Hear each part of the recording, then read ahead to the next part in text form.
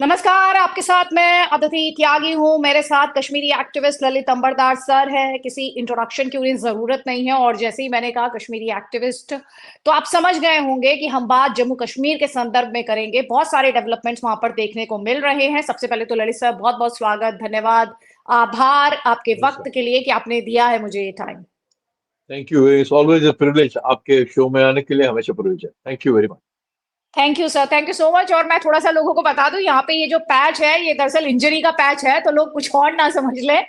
इस वजह से हाँ हाँ हाँ। रिकवरी के लिए ये पेन रिलीवर्स होते हैं जो पैचेस डॉक्टर्स प्रोवाइड करते हैं। तो खैर, coming back to the topic, home minister 3 दिन के जम्मू कश्मीर दौरे पर गए। वहां उन्होंने एक तरफ शहीदों को याद किया, दूसरी तरफ टेररिज्म का जो चैलेंज है, आतंकवाद की जो चुनौती है, उस पर उन्होंने विनय पोस्ट जो है कठुआ सेक्टर में, वहां का उन्होंने दौरा किया। इसके अलावा यूनिफाइड कमांड की एक बहुत अहम महत्वपूर्ण मीटिंग उन्होंने ली। डेवलपमेंट से जुड़े हुए कामों पर भी उन्होंने मीटिंग ली और जायजा लिया कि विकास का काम किस तरह से चल रहा है। लेकिन जम्मू में खास तौर पर जिस तरह से मिलिटेंसी को रिवाइव करने की कोशिश की जा रही है पाकिस्तान और उसके प्रॉक्सीज द्वारा, वो एक चुनौती है और उसका जिक्र भी होम मिनिस्टर द्वारा किया गया है। और वो ये कह रहे हैं कि जीरो टॉलरेंस होनी चाहिए इन्फिल्ट्रेशन के लिए भी, टेररिज्म के लिए भी।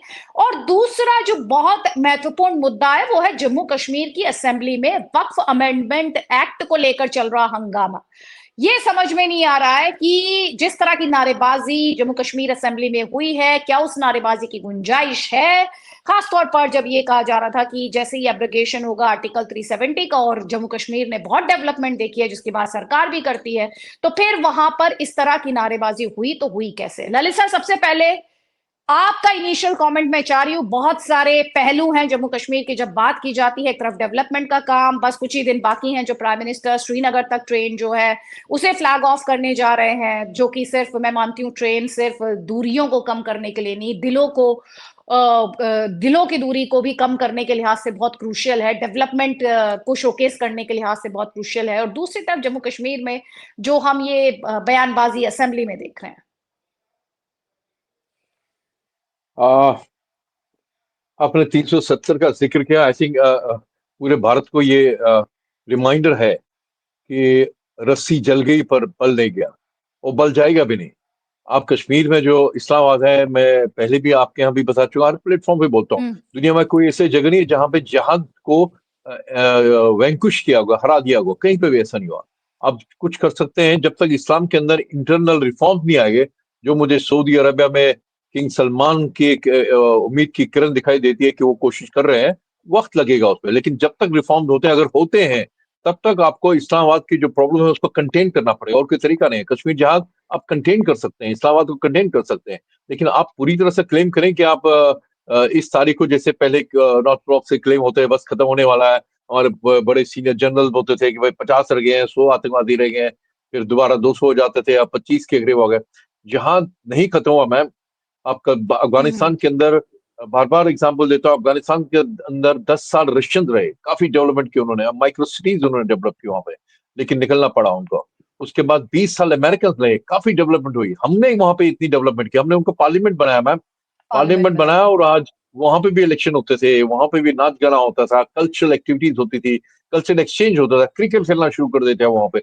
लड़कियों ने पार्टिसिपेट करना चाहिए शुरू किया था ग्लोबल मीट्स में, चाहे एकेडमिक हो, एथलेटिक हो, कहीं पे भी। लेकिन अब वहां पे ऐसी हालत है कि अफगानिस्तान 40 साल पीछे चला गया। जो पार्लियामेंट हमने उनको बना के दिया था, वहां पे आज की तारीख में फतवे जारी होते हैं कि अगर औरत का घुटना दिखाई देता है तो उसको कितने कोड़े पड़ने चाहिए, अगर उसकी आवाज सुनाई देती है तो कितने कोड़े पड़ने चाहिए। सड़क पे अगर बच्चे इसके साथ नहीं है, अपने बेटे के साथ नहीं है, हस्बैंड के साथ नहीं है, किसी भी मर्द के साथ नहीं है, चाहे बच्चा नाबालिग क्यों ना हो, अगर उसके साथ नहीं है, वो अकेली है, तो उसको कितने कोड़े पड़ने चाहिए। तो ये कश्मीर का भी वही हाल है। आप मत ये भूलिए कि वो अंग्रेजी बोलते हैं और सूट बूट पहनते हैं, और दिल्ली में आके कभी कभी भारत माता की जय भी बोलते हैं, राम के भजन भी गाते हैं। लेकिन कश्मीरी इस्लाम, इस खासकर मैं बताना चाहूंगा, जिहादी तो आपको मालूम है, गन लेके सामने खड़ा है तो आपके हमारी फौजें उसको उनको ठीक तरह से कर देती है। और जो सेपरेटिस्ट हैं, जिनको सो कॉल्ड सेपरेटिस्ट, अल्लाहवादी, वो तो सीधे बोलते हैं हम हिंदुस्तान को नहीं मानते, हम यहाँ का चलेगा निजाम, उस समय आपके चेहरे पे बोलते थे। लेकिन ये जो so called main stream political parties हैं, ये बहुत ही खतरनाक है। पिछले 70 साल से कश्मीर के अंदर हम सांप को दूध पिला रहे हैं। ये कभी मौका नहीं गवाते हैं कि अपने आप अपने अंदर जो इस्लामिस्ट टेंडेंसीज है, जो जो जो हम्म। फैंक्स है, सांप इसलिए शब्द यूज कर रहा हूँ क्योंकि हमेशा कोशिश करते हैं कोई they don't miss an opportunity to अपने जो वेनमस जो फैंक्स है ना सांप के, वो दिखाएं। अभी सुनिए, जब हिजबुल्लाह का नसरुल्लाह हसन नसरुल्लाह दुनिया भर में घोषित आतंकवादी मारा जाता है, हिजबुल्लाह का लेबनान में बेरूट के अंदर मारा जाता है। कश्मीर के अंदर आप कवर कर रही थी इलेक्शन, तो इन्होंने इलेक्शन को पोस्टपोन कर दिया, पोस्टपोन अबेंडन कर दिया था, कैंपेनिंग अबेंडन कर दी थी। वो अलगाववादियों ने नहीं की थी, ये नेशनल बहुत बड़ी कॉन्फ्रेंस, संख्या में आ गए थे कांग्रेस, सड़कों पर। जी, नेशनल कॉन्फ्रेंस, कांग्रेस, पीडीपी, सब मेन स्ट्रीम पार्टीज ने अबेंडन कर दी थी अपनी कैंपेन, और बोले, कई डिबेट्स में मैं रहा हूं, सबके सब ये बोल रहे, मैं उनको याद दिला रहा था कि वो आतंकवादी है, जिहादी है, और हिजबुल्लाह हिंदुस्तान के खिलाफ है, कश्मीर शहादत समर्थन करता है। वो आगे से कहते हैं कि हमारी रिलीजियस सेंटिमेंट्स हर्ट हुई है क्योंकि वो मुसलमान था। आतंकवादी कहते हैं कि, तभी मैंने ये भी बताया था, आप साबित होता है कि आतंकवादियों का मजहब होता है क्योंकि आप उसका मातम कर रहे हो। तो इसी प्रकार से अभी जो कुछ हो रहा है, अभी जो कुछ हो रहा है, वो भी बार बार क्या बताया जा रहा है, तमिलनाडु में सिर्फ 6% मुसलमान है।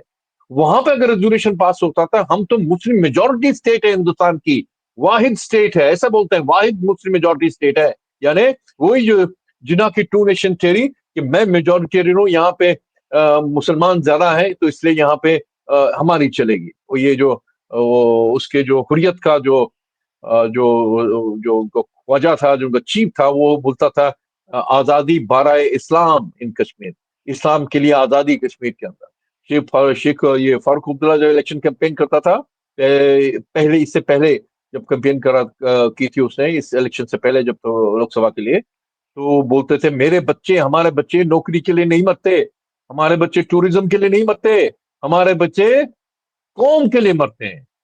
कौम कौन सी? वही मुस्लिम, जिना की टू नेशन थियरी वाले शिनाख्त, मुस्लिम मेजोरिटी कश्मीर, ये है कश्मीर उनका, ये है उनके लिए, और हम समझ नहीं रहे हैं। और आपने कहा कि ट्रेन जाएगी, दिल जीतेंगे। मैं पहले उस दिन डिबेट में बता भी रहा था लोगों को, अगर दिल जीतना है तो जाके नक्सलवाद से जो ग्रस्त एरियाज है वहां पे जीतिए, वहां पे उनका शोषण हुआ है, इसीलिए वो जो ट्राइबल्स उन्होंने गन उठाई वहां पे। हालांकि ये भी सच है कि जो जो कभी कम्युनिस्ट होते थे, जिनका जज्बा पॉजिटिव था लेकिन हिंसक था, लेकिन वो बाद में एक्सटॉर्शनिस्ट बन गए, वो डकैत बन गए, और उस हालत में पहुंच गए कि वो अपने लोगों को वहां पर लूटना शुरू कर दिया। वहां पे जाके वहां पे ट्रेन ले जाइए, वहां पे कारखाने बना लीजिए। कश्मीर में आज की तारीख में 1% पॉपुलेशन के लिए आप 10% सब्सिडीज देते हैं। अगर आपने कश्मीर देखा है, कि आपको लगता है कि आप पे 35 साल से वहां पे आतंकवाद है? अब देखिए, अब काबुल का क्या हालत है, आप देखिए सीरिया का क्या हाल है। हमने अपने पे घाव लिया, अपने आप पे कैजुअलिटीज ली है, लेकिन किसी जो कोलेटरल डैमेज नहीं होने दिया है। और वहां पे आज की तारीख में हॉलीवुड लगता है। 35 साल पहले जो वहां पे एक अबॉर्शनी कौम, हमारी अबॉर्शनी हिंदूज, कश्मीरी हिंदूज, उनका उन्होंने पूरा नरसंहार किया। तो आपको किसी को ये नहीं पता लगता कि यहाँ पे कई पश्चिम है। अभी जब कभी कभी जाते हैं लोग, वापस आते हैं, तो मैं उनको बोलता हूँ, टीवी पे बोलता हूँ, आपके प्लेटफॉर्म पे शायद बोल चुका हूँ, क्या आपको वहां पे कश्मीरी हिंदुओं के खून से दबे हुए बाहर को जाते हुए पश्चिम दिखाई दिए थे? किसी को नहीं दिखते। तो मैं ये जो अभी वक्त के ऊपर जो उन्होंने किया है बार बार, चाहे हिजबुल्लाह, लास्ट टाइम तो हिजबुल्लाह का था कि उन्होंने उनके लिए समर्थन जो दिखाया, और पैन इस्लामिज्म के नाम पे, और आज वक्त के नाम पे वो दिखा रहे हैं। और ये बताना चाहता हूँ कि वक्त जो कश्मीर के अंदर है, उनको डर है, ये मानता हूं मैं। हमारा कश्मीरी हिंदू के नरसंहार के लिए अभी तक तो किसी को सजा नहीं मिली, लेकिन हिंदुओं की, जो मैं कहता हूं कि will not forget, will not forgive, आज नहीं तो कल उनको सजा मिलेगी। नरसंहार के लिए जो वहां पे उसके लिए मुनव्वस है, उनको सजा मिलेगी, आज नहीं तो कल तो मिलेंगे। लेकिन साथ में जो हमारे मंदिर, हमारे जो पूजा स्थल, एक हमारा, आपको बताना चाहता हूँ, एक हमारा काली का मंदिर है। आप कभी श्रीनगर जाएंगे, पूछ लीजिएगा काली का मंदिर का, काली का मंदिर जाएंगे, वहां पे वितस्ता दरिया, जिसे ये लोग जहलम कहते हैं, वो वितस्ता, संस्कृत कश्मीरी नाम उसका वितस्ता, हम उसको वितस्ता के नाम से पूछते हैं। तो उसके ईस्टर्न बैंक के ऊपर, था ईस्टर्न बैंक जो है उसका, उसके ऊपर पत्थर की दीवार है। उस पत्थर की दीवार एक बाउंड्री वॉल है, उसके पीछे एक बहुत बड़ी जियारत, सो कॉल्ड जियारत है, जो कभी महाकाली का मंदिर हुआ करता था। लेकिन हमने उसके ऊपर अपना स्टेक अभी तक नहीं छोड़ा है। वो दीवार के बाहर, दरिया के किनारे पे जो दीवार बाउंड्री वॉल का साइड है उसके ऊपर सिंदूर लगा के हम लोग काली माता की पूजा अभी भी करते हैं। अगर आप कभी जाएंगे तो जाके देखिएगा उसके ऊपर वहां सून। पे सिंदूर लगा होगा। वहां पे भी लोग पूजा करते हैं वहां पे। हमने उसका दावा नहीं किया यहाँ पर। और उस जिसके नाम से वो सो कॉल्ड जियारत है ना, उसने प्रोटोकॉल सेट किया था कि कश्मीरी हिंदुओं के ऊपर प्रोसिक्यूशन कैसे करनी है। हमारे पर ड्रेस कोड उसने स्थापित किया था। और उसी जगह को, उसी सो कॉल्ड सूफी को ये लोग बोलते हैं, उसने हमें रोशनी दिखाई ही, एनलाइटनमेंट दे दी वहां पे।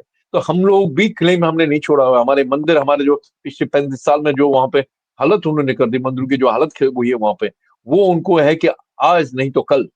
क्योंकि जैसे मैंने बोला कि ये वक्फ जो जो बिल है जो है, तो जो प्रिंसिपली फंडामेंटली जो जब 1947 में जब हिंदुस्तान में पैदा हुए लाखों हिंदुस्तानियों ने अपनी मादर वतन के साथ गद्दारी की, तो 14 अगस्त 1947 को इस्लाम के नाम पे पाकिस्तान बनाया। एक तो इतना भूभाग ले लिया हिंदू और सिखों की लाशों के ऊपर।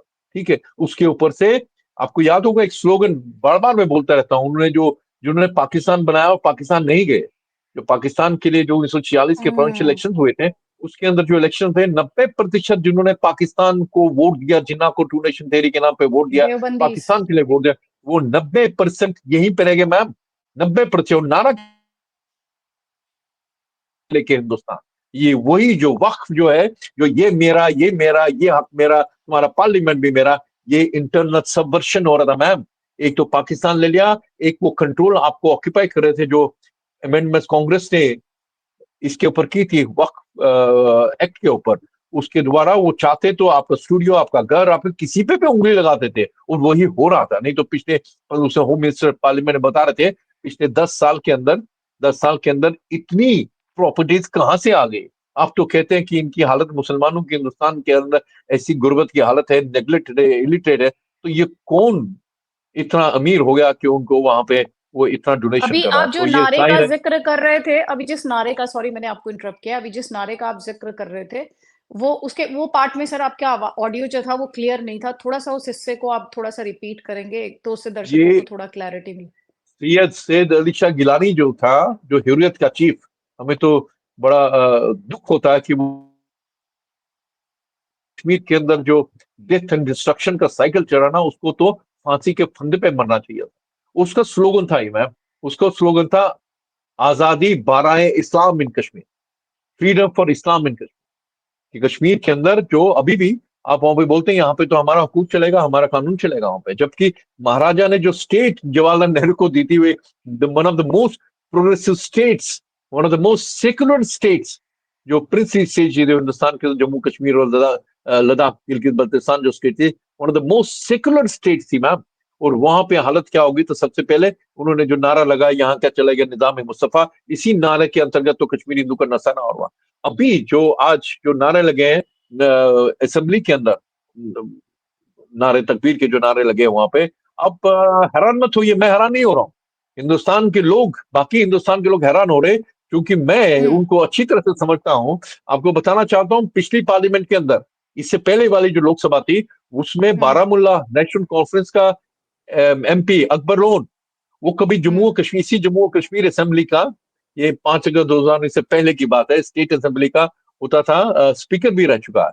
जब एक बार मेंबर हम्म। था तो उसने पाकिस्तान जिंदाबाद का नारा लगाया लाइव असेंबली के अंदर। ये जो अभी अल्लाह गॉड का नारा सुन रहे हैं, इसी असेंबली के अंदर पाकिस्तान जिंदाबाद का नारा लगाया अकबर लोग ने। और बाहर आके पत्रकारों ने जब पूछा कि क्यों, क्या, बोला मैं मुसलमान हूं, भावुक हो गया। और हमारे हिंदुस्तान में बाकी लोग चुप, मीडिया चुप। और फारूक अब्दुल्ला ने क्या किया, वो प्रेसिडेंट पार्टी का, उन्होंने उसको इनाम दिया असेंबली से। उसके बाद उसका पार्लियामेंट की टिकट दी और जितवाया उसको। और मैं हैरान नहीं होता कि हिंदुस्तान के पार्लियामेंट के अंदर वो पाकिस्तान जिंदाबाद नारा लगाता है। अभी तो आपने सुना फलस्तीन जिंदाबाद, भाई जी वो फलस्तीन जिंदाबाद नारा नहीं था, वो हमास जिंदाबाद का नारा था। जो वो इसे तकिया इस्लामिक जूरिस्प्रूडेंस में एक है, आपको हमको बेवकूफ बनाने के लिए, सेकुलर इंटेलेक्चुअल्स को, लिबरल डेमोक्रेट्स को बेवकूफ बनाने के लिए फलस्तीन जिंदाबाद का नारा है। वो तो कोई बड़ी बात नहीं है, हिंदुस्तान तो फलस्तीन का समर्थक है, इनफैक्ट बहुत बड़ा समर्थक है, सबसे ज्यादा शायद हम लोग उनका समर्थन करते हैं। लेकिन जो वो नारा जिस संदर्भ में दिया गया था, जिन कंडीशन में, जिस सिचुएशन में दिया गया, वो हमस के समर्थन में था। तो कश्मीर के अंदर नारा ऐसा लगना, मैं हैरान नहीं हूं। और आप देखिए, ये बार बार बोलते हैं इसी असेंबली के अंदर, मैम, इसी असेंबली के अंदर आज तक मैं कभी भी, रिपीट कर रहा हूं, कभी भी कश्मीरी हिंदू के नरसंहार का जिक्र नहीं हुआ। आप मातम तो छोड़िए, श्रद्धांजलि तो छोड़िए, लेकिन जब 1996 में जब फारूक अब्दुल्ला को दोबारा बना दिया गया था वहां पर चीफ मिनिस्टर, जब वो भाग गया था 19 जनवरी 1990 की रात को, कश्मीरी हिंदू को जिहादियों के हवाले छोड़ गया था, काहिर की तरह भाग गया था। जब 96 में वापस आ गया, जीत के, जब जिताया गया और जीत गया, असेंबली में आ गया, तो उन्होंने रेजोल्यूशन पास किए। जितने लोग जो इस्लामिस्ट थे खासकर, उनका भी नाम लिया, जिनको आतंकवादियों ने अपनी जो फ्रेटिसाइडल वॉर के अंदर मारा, उनका भी नाम, उनको भी खिलाज अकीदत पेश किया गया। लेकिन उनको जस्टिस नीलकंठ गंजू याद नहीं हुआ, जिनको सरला भट्ट याद नहीं आई, उनको कोई लसाकोल दूरदर्शन के डायरेक्टर याद नहीं आए, किसी का नाम नहीं आया, किसी हिंदू का उन्होंने नाम नहीं लिया जिसको उन्होंने ट्रिब्यूट दिया गया। तो मैं हैरान नहीं हूं। तो इसलिए मैं बार बार कहता हूं कि कश्मीर के अंदर जो इस्लामाबाद है, वो खासकर तब तक रहेगा जब तक वहां पे मेन स्ट्रीम इस्लामिस्ट है। इसीलिए मैं आपका प्रश्न दोबारा आने से पहले, नेक्स्ट आने से पहले, मैं आपको बताना चाहता हूँ, कश्मीर के अंदर, आप, मैंने बताया, जिहाद की प्रक्रिया दुनिया के अंदर कहीं पे भी खत्म नहीं हुई और सब जगह चल रहा है। सीरिया में आप मत समझिए कि जो अभी आया है वो बनने से पहले वो इस्लामिस्ट का झंडा लेके चलता था, अब उसने टाई पहनना शुरू कर दिया। ये मत समझ रहे कि सीरिया सीरिया बदल गया। इनफैक्ट उन्होंने वो जो 1400 साल की लड़ाई जो सुन्नी और शिया की है, उस लड़ाई का एक स्टेप आ गया कि सुन्नीज ने, वहाबी सुन्नीज ने, इस्लामिस्टों ने उनको, शिया लोगों को हरा के आ दिया वहां से, सरकार अपने हाथ पे। लेकिन वहां पे अभी भी इंटरनेट स्ट्राइक चल कत्लेआम हो रहा, बीच में कभी न्यूज आके आ जाती है और कभी चुप जाता है। वो टाइट पहन के घूम रहा है, ये मत सोचते कि वो एक बहुत ही बड़ा सेक्युलर और बहुत बड़ा रेवोल्यूशनरी प्रेसिडेंट आ गया वहां पे सीरिया का। इसी तरह से कश्मीर के अंदर भी उनकी नियत, जब भी मौका मिलता है, जो भी नेशनल कॉन्फ्रेंस का जो लोकसभा का एमपी है अभी श्रीनगर से, वो तो he is a rabid Islamist. उसने पहला लोकसभा में जीतने के बाद पहला इंटरव्यू एक अपने, उनकी विचारधारा को मानने वाले, समर्थन करने वाले पॉपुलर वेबसाइट है, उनको इंटरव्यू दिया और उसने बोला कि जो 90 में हुआ, 1990 में हुआ कश्मीर में दोबारा होगा। तो उस जर्नलिस्ट जो उनकी समर्थक है, उसने, as if she was shocked, she is asking, उन्होंने पूछा, आप धमकी दे रहे हैं? कहते नहीं, मैं हकीकत दे बता रहा हूं क्योंकि मैं उस समाज से आता हूं। और वही आदमी बार बार बताने की कोशिश करता है, चाहे हमें हिंदू धर्म पसंद नहीं है, लेकिन कश्मीरी हिंदू, कंडिसेंडिंगली कश्मीरी हिंदू का ये जगह है, ये घर है, उनका आना चाहिए। ये उसी उसी उसी ब्रेथ में बोलते हैं वो लोग। तो मैं कह रहा हूं कि हिंदुस्तान के अंदर बहुत बड़ा चैलेंज है। और मैं बहुत मुझे थोड़ी तसल्ली हो रही है, क्यों अभी तक मैं बार बार जो कह रहा हूँ कि न्यूयॉर्क ब्लॉक को समझ रहे थे कि 370 हटा दिया तो कश्मीर में कश्मीर जात खत्म, नहीं। कश्मीर जहाद इज ए मिलिट्री प्रॉब्लम, उसको मिलिटरीली तय करना पड़ेगा। लेकिन जहां तक कश्मीर इस्लामिज्म की बात है, वो एक बीमारी है, उसको कश्मीर के अंदर, उसको आपको कंटेन कर सकते हैं। और उस कंटेन करने के लिए नॉर्थ ब्लॉक को पहले समझना पड़ेगा। आज का जो होम मिनिस्टर का जो स्टेटमेंट है कश्मीर के अंदर, मैं उससे बहुत ही एनकरेज हो रहा हूँ कि उन्होंने बोला है कि आतंकवाद पे हमने बहुत काम किया है, बहुत लड़ाई लड़ी है, अभी बहुत कुछ करने का बाकी है। तो उससे मैं थोड़ा उत्साहित हो रहा हूँ कि हमने गिव अप नहीं किया है। हम उनके उस वो जो डबल स्पीच पे नहीं आए कि कश्मीर में बदल गया। और ये भी मत भूलिएगा, जो कश्मीर की असेंबली में अभी हो रहा है, स्पीकर कौन है? वो नेशनल कॉन्फ्रेंस का है। और जो जो शोर कर रहे हैं, जो रेजोल्यूशन पास करना चाहता है, वो कौन है? वो basically national national conference conference. के हैं। और नेशनल कॉन्फ्रेंस का मुख्यमंत्री आज हमारे होम मिनिस्टर, गवर्नर के साथ लंच करना। इसीलिए कह रहा हूं कि कश्मीर का जो मेन स्ट्रीम है, it's very dangerous. We have to you have to understand them and you have to, उनको जो ना, जो उनको आपको किसी तरह से कंट्रोल में रखना पड़ेगा। क्योंकि जिस प्रकार से हालात हो रहे हैं, जिस प्रकार से पूरे हिंदुस्तान के अंदर वो हवा क्रिएट कर दी गई अफवाह के ऊपर, तो मैं समझता हूं कि अगर और उन्होंने ठेका ले रहा पूरे हिंदुस्तान का। और ये बार बार बताना चाहता हूं, जिस संदर्भ में उन्होंने कहा कि 6% तमिलनाडु में मुसलमान अगर वहां हो सकता है, हम तो यहाँ पे मेजोरिटी में है। तो मैं उनको, आपके द्वारा उनको याद दिलाना चाहता हूँ, हिंदुस्तान के अंदर मेजोरिटी हिंदू की है। जिस दिन हिंदू ने, मेजोरिटी ने ये सोच लिया कि हमारी चलेगी तो तुम्हारा क्या हाल होगा? अगर तो मेजोरिटेरिज्म की बात मेजोरिटी करोगे तो तुम्हारा आपकी, क्या होगा? अगर मेजोरिटी यूनाइटेड होती तो शायद मेजोरिटी का इतिहास वो ना होता जो हमने इतिहास देखा। ये भी एक ऐतिहासिक फैक्ट है, और ये बात शायद बहुत सारे लोग समझते हैं, ये सोच उन्हें समझ आती है। और मैं तो देखती हूँ जो भारत की राजनीति है कैसे वो जातियों में बटी हुई है, कैसे उसमें एक डिवाइड क्रिएट किया जाता है, अपर कास्ट वर्सेस दलित्स, कैसे उसमें उसमें उसे उस खाई को और बढ़ाने की कोशिश की जाती है जस्ट फॉर द वोट्स। तो ये तो हम लगातार देख रहे हैं। आप सोचे जरा, जब एक पार्टी के नेता गिनवाते हैं किस देश में, देखिए जरा कभी कोई मिस इंडिया हुई है क्या दलित समाज से? तो आप समझ लीजिए ना, ये जो एंकर आते हैं, जो पत्रकार आते हैं, इसमें कितने जो हैं वो दलित समाज से। तो आप किस तरह का नैरेटिव आप बिल्ड कर रहे हैं, और किस तरह का बातें आप मेजोरिटी को भी क्या मैसेज दे रहे हैं, और मेजोरिटी भी इस सिचुएशन को किस तरह से देख रही है? शायद वो ये बात जानते हैं कि ये कभी साथ आएंगे नहीं। ये तो हमारा इतिहास है ना, ये तो हमारा इतिहास है, जयचंदो के टाइम से हमारा इतिहास है। लोगों ने शिवाजी पे बहुत डिबेट की, उनके जो औरंगजेब के साथ जो राजपूत थे उनके बारे में बहुत डिबेट हुई। डिफरेंट सरकमस्टांसेस थे, डिफरेंट बातें थी। खैर, लोग आज वो हिस्टोरिकल पर्सपेक्टिव को साइड में रख देते हैं और आउट ऑफ कॉन्टेक्स्ट बातें करते हैं, मैं वो करना नहीं चाहती। लेकिन क्योंकि लेकिन आपने लेकिन कहा। एक एक एक पॉजिटिविटी है मैम। सनातन का हाँ। जो रिसर्जेंस है, इट्स इरिवर्सेबल।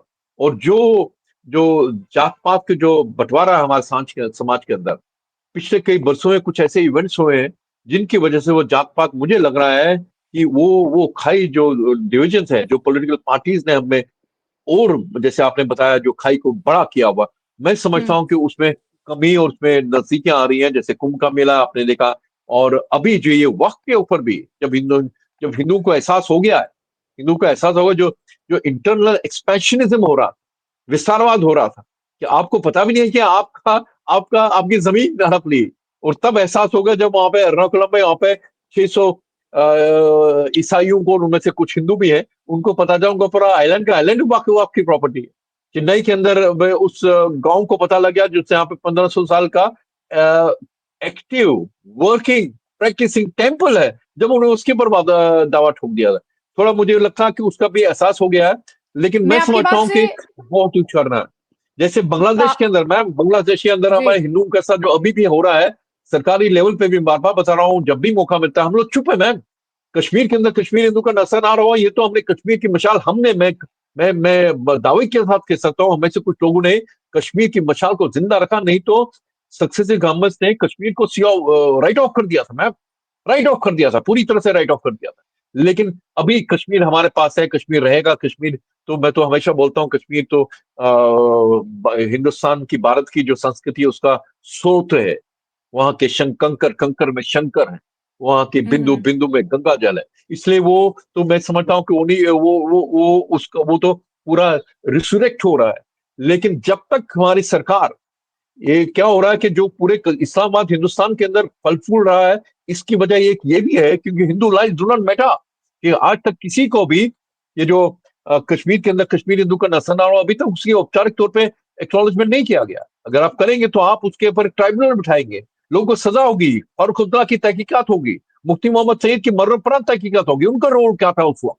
ठीक है, तो इसी प्रकार से जो जो मुस्लिम पृथकवाद इस्लामी हिंदुस्तान के अंदर है, चाहे जो हमस समर्थक हो, क्या हिम्मत कैसी होगी उनकी कि हमस का जो आतंकवादी जो मारा गया, उसने उनको एड्रेस किया केरला के अंदर, और बोला कि हमने हिंदुत्व और जैनिज्म को आप बुलडोज करना, खत्म करना।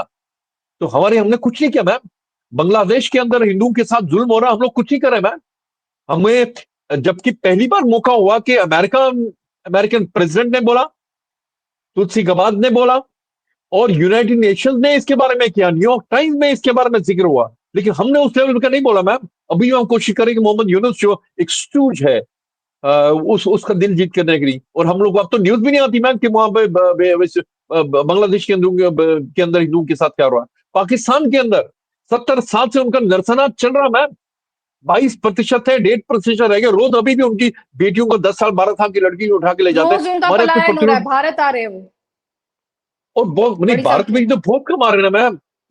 ये अभी जो हम्म। ये जो वक्त आगे चल रहा है, मैं समझता हूँ कि ये हिंदुओं को इकट्ठे होने का एक और रीजन है, क्योंकि आपके पास ये छोटा कटा-फटा हिंदुस्तान मिला है ना, और आपके लिए उनको जगह नहीं है। और आपने सीएए के ऊपर पूरे हिंदुस्तान को गिरवी रख लिया था, खासकर दिल्ली को उन्होंने। ये तो अच्छा हुआ कि वो ये तो हुआ कि कोविड अच्छा नहीं हुआ। कोविड की वजह से वो उनको हटाना पड़ा, नहीं तो वो तो हर हिंदुस्तान के हर शहर के अंदर कई कई शाहीन बाग बना रहे थे। और अब कह रहे हैं कि शाहीन बाग क्यों आएगा, और कैसे उनकी हिम्मत होगी पार्लियामेंट से जो रेजोल्यूशन पास हुआ, क्योंकि हमने उनको कोई डेटरर नहीं रखा मैम, कोई डेटरर नहीं रखा। वो 47 से चल रहा है। मुस्लिम लीग ने पाकिस्तान बनाया, जो मुस्लिम लीग जिन्होंने पाकिस्तान बनाया वो पाकिस्तान नहीं गए, वो हिंदुस्तान में रह गए, और एमएल के जाके आई लगा दिया, इंडियन मुस्लिम लीग बना दिया, वो हिंदुस्तानी बन गए। आज की तारीख में सीएए को समर्थन करते हैं, अगेंस्ट बोलते हैं। आज की तारीख में वक्त का समर्थन कर रहे हैं, क्योंकि मैंने बोला तब का जो नारा है, गजवा हिंद का जो नारा है, लड़ के लिया पाकिस्तान, हंस के लेके हिंदुस्तान, वो it is kicking and alive, and we better understand it. और जो वक्त के ऊपर जो हो रहा है, जो अभी मोबिलाइजेशन हो रही है पूरे हिंदुस्तान के अंदर, जो कोशिश हो रही है, और और वी हैव, हमें ये मत उम्मीद करें कि नरेंद्र मोदी उसने ये अमेंडमेंट कर दी और अब वही अब इसके अगेंस्ट भी करेगा। मैं समझता हूँ हिंदुओं को भी बोलना चाहिए। अभी जो कोर्ट में ये जो जा रहे हैं, मैं समझता हूँ अगर कोर्ट में जा रहे हैं तो मुझे समझता है कि हिंदू जो इस फील्ड के अंदर है, उनको भी जाना चाहिए, उनको भी काउंटर काउंटर करना चाहिए वहां पे। हम तो कहें कि हम इसको तो बिल्कुल अबॉलिश करना चाहिए। क्यों होना चाहिए वक्त हिंदुस्तान के अंदर, किस लिए होना चाहिए? और सरकार ये किसी की भी समुदाय की वेलफेयर सरकार इसलिए चुनते हैं ना, कि राष्ट्र के लोग हैं जो जनता है, उनका वेलफेयर करेगी। तो इस पॉइंट के ऊपर कि वक्फ जो है मुसलमानों के वेलफेयर के लिए है, तो क्या क्यों सरकार अपना प्रॉक्सी दे रही है उनको, उनको वो रिस्पॉन्सिबिलिटी दे रही है? नहीं चाहिए हमें वक्फ, नहीं चाहिए मुसलमानों की बहबूदी, हिंदुस्तान करेगा, सरकार करेगी। आप जब चूल्हा देते हैं, अब जब टॉयलेट बनाते हैं, तो उसमें के मुसलमान को नहीं देते, क्योंकि उनके पास वक्फ वक्फ ये देखने में they नहीं are पा रहे। considered the biggest beneficiary of it. They are exactly considered the ma'am. biggest और उसके beneficiary. बाद क्या बोलते हैं, गाली नहीं निकालते हैं कैमरा के ऊपर, सब कुछ बोलते हैं। नरेंद्र मोदी को उन्हें शैतान तक बोल दिया होंगे, बोटी बोटी। लेकिन वो लेकिन मैं एक आपको एक बना बात बताती हूँ। ये अभी आप थोड़ी देर पहले कह रहे थे ना हिंदू यूनाइट हो रहा है, मैं आपको बताती हूँ इसके पीछे, क्योंकि मैं बहुत ग्राउंड पे जाती हूँ ललित जी। एक सेंस ऑफ एंटाइटलमेंट आया है। ये तो हमें देना ही चाहिए, हम टैक्स नहीं देते, इन्हें कैसा टैक्स देते हैं? इनकम टैक्स ऑब्वियसली नहीं देते। नेता है एक हमारे यहाँ जिन्होंने इनके दिमाग में ये डाला है, तुम बिस्किट का पैकेट लेने जाते हो, तुम कमीज लेने जाते हो, तुम ये लेने जाते हो, ये तुम्हारा ही तो पैसा है, ये तुम्हारा ही तो पैसा है जो तुमको लौटाया जा रहा है। अरे क्या बातें हो रही हैं इस देश में। एक सेंस ऑफ इंटाइटलमेंट क्रिएट कर दिया आपने लोगों के भीतर कि ये तो मुझे मिलना ही चाहिए, तो मेरा ही पैसा है। आप सोचिए, ये जो वक्फ बोर्ड है सरकारी अनुदान से चलते हैं। मैं गई ग्राउंड पे, जब मैंने इनके मदरसों में जाके, मस्जिदों में जाके इनसे काउंटर क्वेश्चन करना शुरू किया, this is what I found, they have this sense of entitlement. They were telling me, ma'am ये हमारा और आपका ही तो पैसा है, सरकार के हम पे कोई एहसान थोड़ी कर रही है। जब आप ये चीज लोगों के जहन में डाल देंगे, तो उन्हें सही और गलत की समझ कहां से आएगी? उन्हें कभी ये समझ और, आएगी? क्योंकि क्योंकि और, आप उनके हौसले बढ़ाते रहेंगे। और एंटाइटलमेंट जो है ना रिट्रोस्पेक्ट में है। आप समझ लीजिए, बाबर क्या सिर पे जमीन लेके आया था वहां से? बिल्कुल बिल्कुल उसकी जो बिल्कुल। उसने जो वक्फ किया वो भी वक्फ है, और उसने जो किया वो भी वक्फ है। वो क्या अपने बाप की जमीन है क्या इनकी? वो इन्वेडर्स थे, ऑक्यूपायर्स थे, उन्होंने हमको यहाँ पे कब्जा कर लिया था, गुलाम बनाया था हम लोगों ने, उन्होंने हम लोगों को, और जो हमारी जमीन हड़प कर दी, वही अल्लाह के नाम कर दी।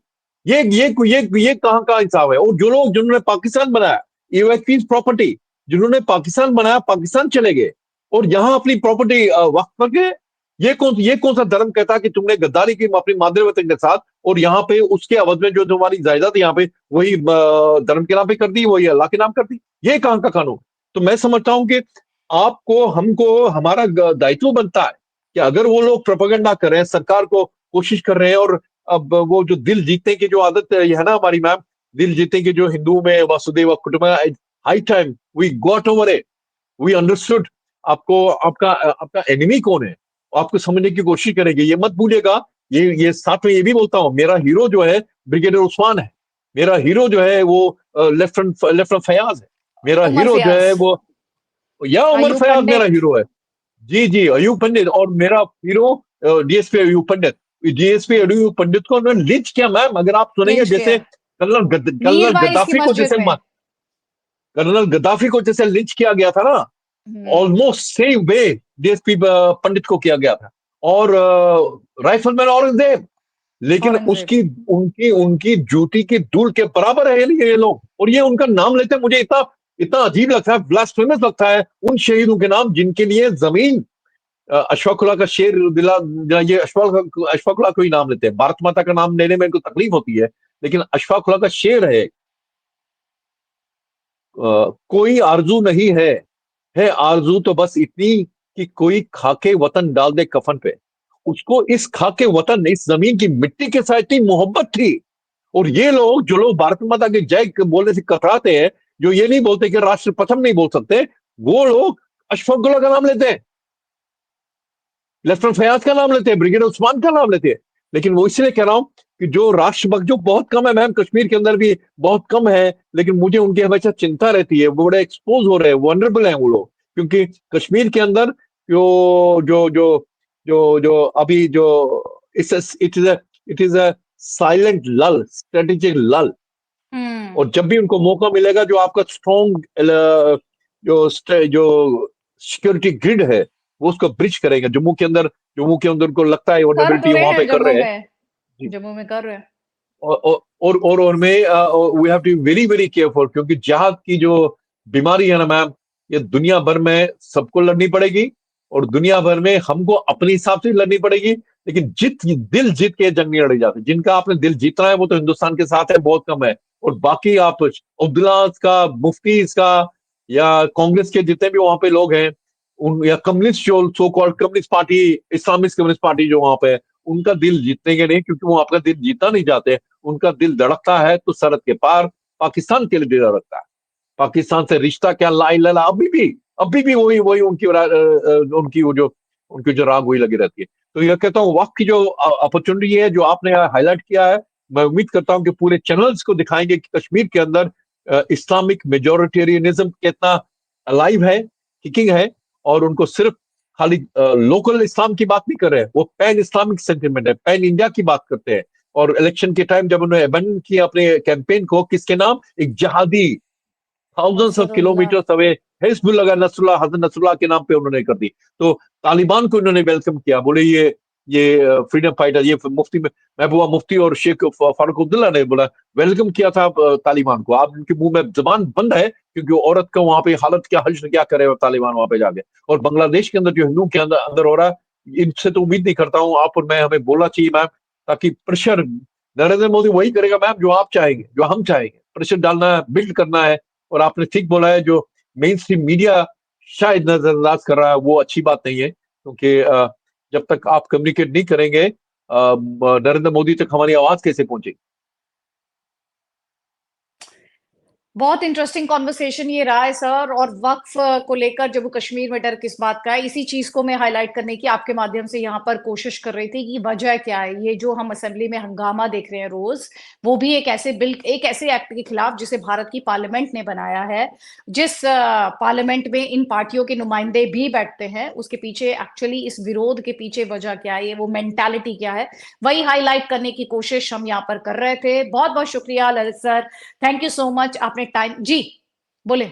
मैं ये कह रहा था कि ये सिर्फ इस रेजोल्यूशन पास करने की बात नहीं है, रेजोल्यूशन तमिलनाडु असेंबली में भी पास हुआ है। उन्होंने अपीसमेंट पॉलिटिक्स के भी पीछे किया है। कश्मीर के अंदर जो है ना, आपको पूरे हिंदुस्तान की याद दिलाने की कोशिश की जा रही है कि हम मुसलमान हैं, और यहाँ पे हमारी चलेगी, और खाली कश्मीर में नहीं चलेगी, पूरे हिंदुस्तान के अंदर मुसलमानों को हमने टेका ले रखा है। और कश्मीर से प्रो इस्लामिक पैन इंडिया जो मूवमेंट होगी, जो पॉलिटिक्स होगी, वो श्रीनगर क्षेत्र बने, श्रीनगर उसका क्षेत्र बनने जा रहा है। ये बताना चाह रहा हूं। और जबकि उनके उनके बैकयार्ड के अंदर, उनके आंगन के अंदर कश्मीरी हिंदू का नरसंहार हुआ, रेप, मर्डर और मास मर्डर के द्वारा, क्योंकि हमने पूरे भारत के अंदर, बाकी भारत के अंदर हमने उनको बुला दिया, इसलिए वो लोग भी देख के टू हुड्स।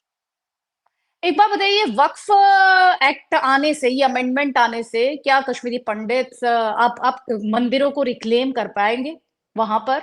आपको लगता है उस हिसाब से इसीलिए ये बौखलाए हुए हैं इतने ज्यादा? वो मैंने पहले बताया, अब जैसे काली हाँ, मंदिर है मेरा, माँ काली का मंदिर काली आपने मंदिर है कहा। मेरा, माँ काली का हाँ। मंदिर है, वो बहुत भारी मंदिर है हमारा, बोलता हूँ। और हम्म। उसी प्रकार से कई बहुत जगह जगह होंगी, जो मैं अच्छा। समझता हूँ कि अभी आज आज की तारीख में हिंदुस्तान को कश्मीर के अंदर एक डेमोग्राफिक फुटहोल्ड बनाना है, वो आपके पास है ही नहीं वहां पे। वो तभी बन गएगा। और हाँ, एक चीज और, ये बहुत इंपॉर्टेंट है, जो आज असेंबली में हो रहा है, जो पिछले एक आध महीने से पॉलिटिक्स भी हो रही है, खासकर इस इलेक्शन के दौरान और इलेक्शन के बाद जो हो रहा है, और ये लेटर जो वक्त के ऊपर है, जम्मू कश्मीर का जो रीऑर्गेनाइजेशन है, ये आगे भी होगा, ये तय हो रहा है। जम्मू स्टेट अलग बनने वाला है। और कश्मीर के अंदर इन पृथकतावादियों के लिए, इस्लामिस्टों का कमर तोड़ने के लिए, आपको कश्मीर के अंदर डेमोग्राफिक फुटहोल्ड बनाने के लिए कश्मीरी हिंदू के लिए परमानेंट कश्मीर की यूनियन टेरिटरी बनानी पड़ेगी। That's the only way. आपको कश्मीरी इस्लामिक का जो जियो पोलिटिकल स्पेस है, उसको श्रिंक करना पड़ेगा। क्यों वो जम्मू के लिए बोल रहे हैं? जम्मू में तो वाकई में कोई समर्थन नहीं कर रहा है। जम्मू से तो किसी की आवाज नहीं आई। जम्मू में असेंबली है, इसलिए जम्मू के अंदर वो आवाज उठ रही है। तो जम्मू के अंदर नहीं बोल रहा, जम्मू के मुसलमान भी नहीं बोल रहा है। कश्मीर के मुसलमान, कश्मीर के इस्लामिस्ट, वो इसको उसको शायद दे रहे। तो उनको कटेल करने के लिए आपने 317 में लगा एब्रोगेट किया, उसको न्यूट्रल किया। बहुत अच्छा किया आपने। और मैं उम्मीद करता हूं कि इस आज की जो डेवलपमेंट है, इससे नॉर्थ ब्लॉक को भी इस बात का एहसास होगा कि वो ये गलती ना करें। गलती नहीं, गुस्ताखी होगी अगर जम्मू कश्मीर को स्टेट का दर्जा वापस दिया जाएगा। क्योंकि कहाँ आप इमेजिन कर सकते हैं, अभी स्टेट नहीं है वो, अभी उनके हकूक नहीं है। उसके बावजूद वो अपना अपना हिजमनिक पावर दिखाना चाहते हैं। तो अगर जब स्टेट बनेगा तो क्या करेंगे? कश्मीर की आजादी का रेजोल्यूशन पास कर सकते हैं वो ऐसे लोग हैं। अगर वो हिजबुल्लाह के लिए समर्थन जुटा सकते हैं, हिजबुल्लाह के लिए मातम कर सकते हैं, और बाजी वो में कैंपेन हिजबुल्लाह के लिए सस्पेंड कर खाली सकते हैं। एग्जैक्टली मैम, इलेक्शन के लिए और बोला कि हमारे हाँ। धार्मिक, हमारी इस्लामिक फीलिंग जो हर्ट हुई है। और ये मत हैरान की तब भी मैं नहीं हुआ था, क्योंकि ओसामा बिन लादेन का नमाज जनाजा जमा फातिया कश्मीर श्रीनगर में पढ़ा गया। जी, बहुत बहुत शुक्रिया sir, thank you so much इतना डिटेल में जाकर बात करने के लिए। अब मुझे पूरा यकीन है जो भी इस बातचीत को देखेंगे सुनेंगे, काफी कुछ देखने समझने को उन्हें मिलेगा। और मैं जो देखने वाले हैं उनसे भी कहना चाहती हूँ कि इस वीडियो को आपको ज्यादा से ज्यादा शेयर करना है, क्योंकि ये एक अलग पर्सपेक्टिव है जम्मू कश्मीर पर। और आप इस वीडियो को लाइक कीजिए, शेयर कीजिए, चैनल को भी सब्सक्राइब कीजिए, क्योंकि कोशिश लगातार इस चैनल के माध्यम से मैं यही कर रही हूँ कि वो पर्सपेक्टिव जो मेन स्ट्रीम मीडिया में आपको दिखाई नहीं देता, वो इस चैनल के माध्यम से आप लोगों तक पहुंचे। यानी जो पॉपुलर नैरेटिव है उससे अलग जो एक और बड़ी हकीकत है जिस पर मेन स्ट्रीम मीडिया बात नहीं करना चाहता, उसे हाईलाइट करने की कोशिश मैं यहाँ पर कर रही हूँ। नमस्कार सर। बांग्लादेश में हिंदू के लिए समर्थन जुटाए, बांग्लादेश में हिंदू के लिए समर्थन जुटाए, पाकिस्तान के मैंने अंदर बहुत हिंदू और वीडियोस सिखों के बनाए लिए सर। समर्थन जुटाए। प्लीज प्लीज बिल्कुल प्लीज। बिल्कुल बिल्कुल सर, थैंक यू सर, नमस्कार सर, आभार। Thank you. Thank you.